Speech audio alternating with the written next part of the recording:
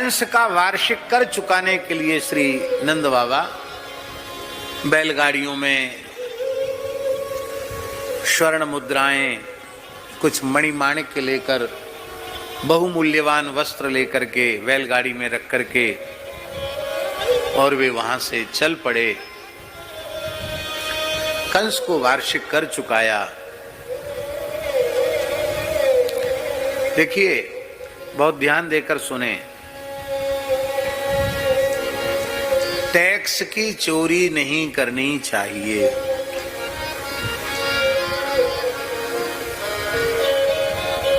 इसमें सुविधा नहीं, ये सोफा रख देते तो बढ़िया था, हैं?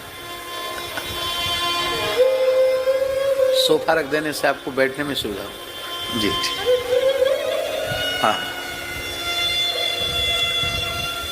कर चोरी नहीं करनी चाहिए, टैक्स चोरी नहीं करनी चाहिए।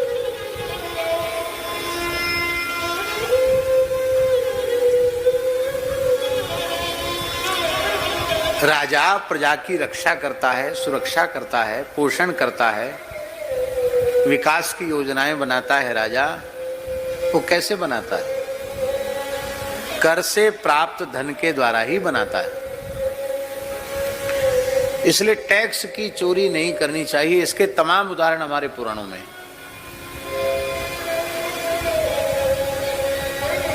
नंद बाबा कितने सावधान हैं। वार्षिक कर चुकाने स्वयं ही गए हैं, वहां से कोई संदेश नहीं आया कि आप इतनी तारीख को अपना रिटर्न भर दो, ऐसा कुछ नहीं। नंद बाबा ठीक समय से टैक्स चुकाने के लिए कंस के यहां पहुंच गए।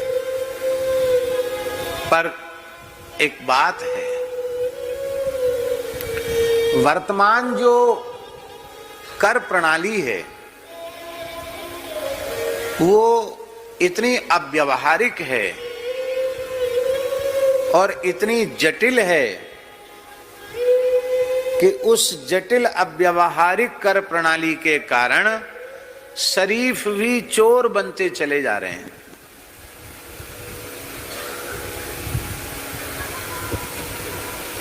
बात थोड़ी सी कड़वी लगेगी लेकिन यथार्थ है।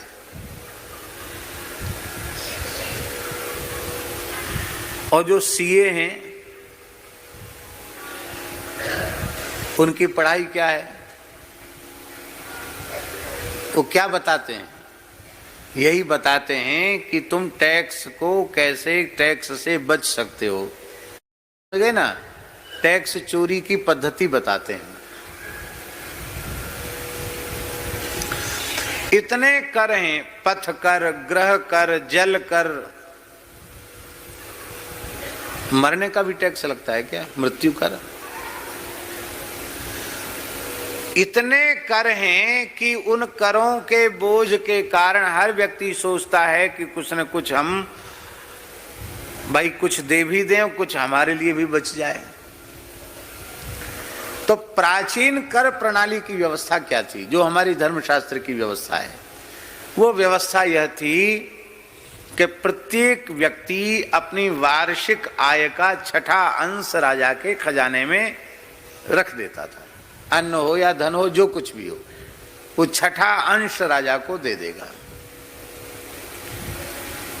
इस छठे अंश के जमा करने के अतिरिक्त फिर किसी भी प्रकार का कोई कर प्रजा के ऊपर नहीं था। तो एकदम साफ सुस्पष्ट कर प्रणाली थी। जैसे हम तो गणित पढ़े नहीं हैं, मान लो किसी व्यक्ति की वार्षिक आय 1 लाख रुपए की है, तो उसका छठा अंश क्या हुआ? है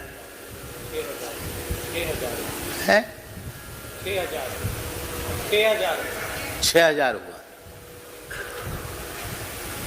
तो एक मोटा मोटी अनुमान है कि 1 लाख यदि किसी की वार्षिक आय है, आय किसको कहते हैं ये भी समझ लीजिए। आय किसको कहेंगे? जो जिस किसी भी काम को हम कर रहे हैं, जैसे हम खेती का काम कर रहे हैं, तो खेती की लागत निकाल लेने के बाद उसकी पूंजी जो उसमें लागत लगी है खेती करने में, उसकी लागत निकालने के बाद जो लाभांश है, उस लाभांश को आय माना जाएगा। उस लाभांश में यदि किसी मनुष्य को एक वर्ष में 1 लाख रुपए का लाभांश प्राप्त हुआ तो उसे 6,000 रुपए सरकार को दे देने हैं। कितना? 17,000। ये कह रहे हैं 6,000, हम तो दिमाग लगा ही नहीं रहे, हम तो गणित पढ़े नहीं हैं। हाँ, तो ये तो शायद ये भी पढ़े ना आप ना, जो कुछ भी, तो 17,000 17,000 ठीक है भाई, सब लोग बैठे हो, ठीक है। 6,000 अब भाई तो बड़ा चक्कर पड़ गया, एक 17,000 कह रहे हैं, कुछ 16,000 कह रहे हैं, कोई 6,000 कह रहे हैं। प्रतिशत बता रहे हैं 6% है।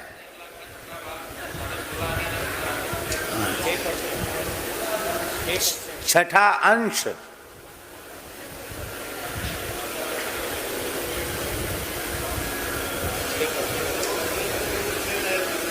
है जी। हाँ,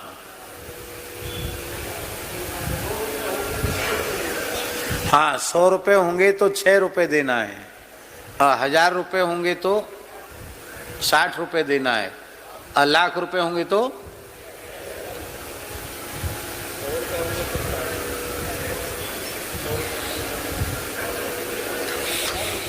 तब जो भी हो भैया, गणित तो गणित है, आप लोग उसका हिसाब लगा लेना। हम तो केवल इतना कह रहे हैं कि 1 लाख का छठा अंश जो भी है, छठा भाग, वो राजा का है। ये सीधी साधी कर प्रणाली थी। उसमें 50 तरह के टैक्स नहीं थे, सैकड़ों तरह के टैक्स नहीं थे, हर चीज पर टैक्स। हाँ,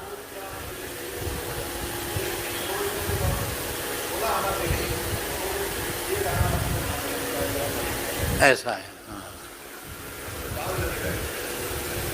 ये अपने सरकार में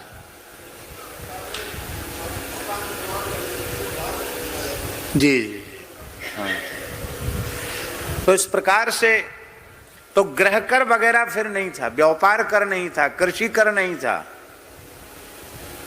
केवल एक कर था। जो भी आपका व्यवसाय कुछ भी हो, आपकी आय का छठा अंश राजा का है, वो भी साल में एक बार आपको देना है। ऐसे भी उदाहरण महाराज जी हमारे पुराणों में आए हैं। राजा गए ने टैक्स लेना बंद कर दिया। राजर्षि गए ने कह दिया कि हमारे यहां आज से टैक्स बंद, कोई टैक्स कर नहीं ले देगा। लेकिन उनकी प्रजा इतनी धर्मनिष्ठ थी कि अपनी आय का छठा अंश रात्रि में राजा के द्वार पर रख के चली आती थी। भाई, जो राजा का अंश है उसको हम नहीं खाएंगे, भले ही राजा जो चाहे सो करे, हमें उससे लेना देना नहीं है। राजा का भाग हम नहीं खा सकते, हमारा हक ही नहीं है उस पर, हमारा अधिकार ही उस पर नहीं है।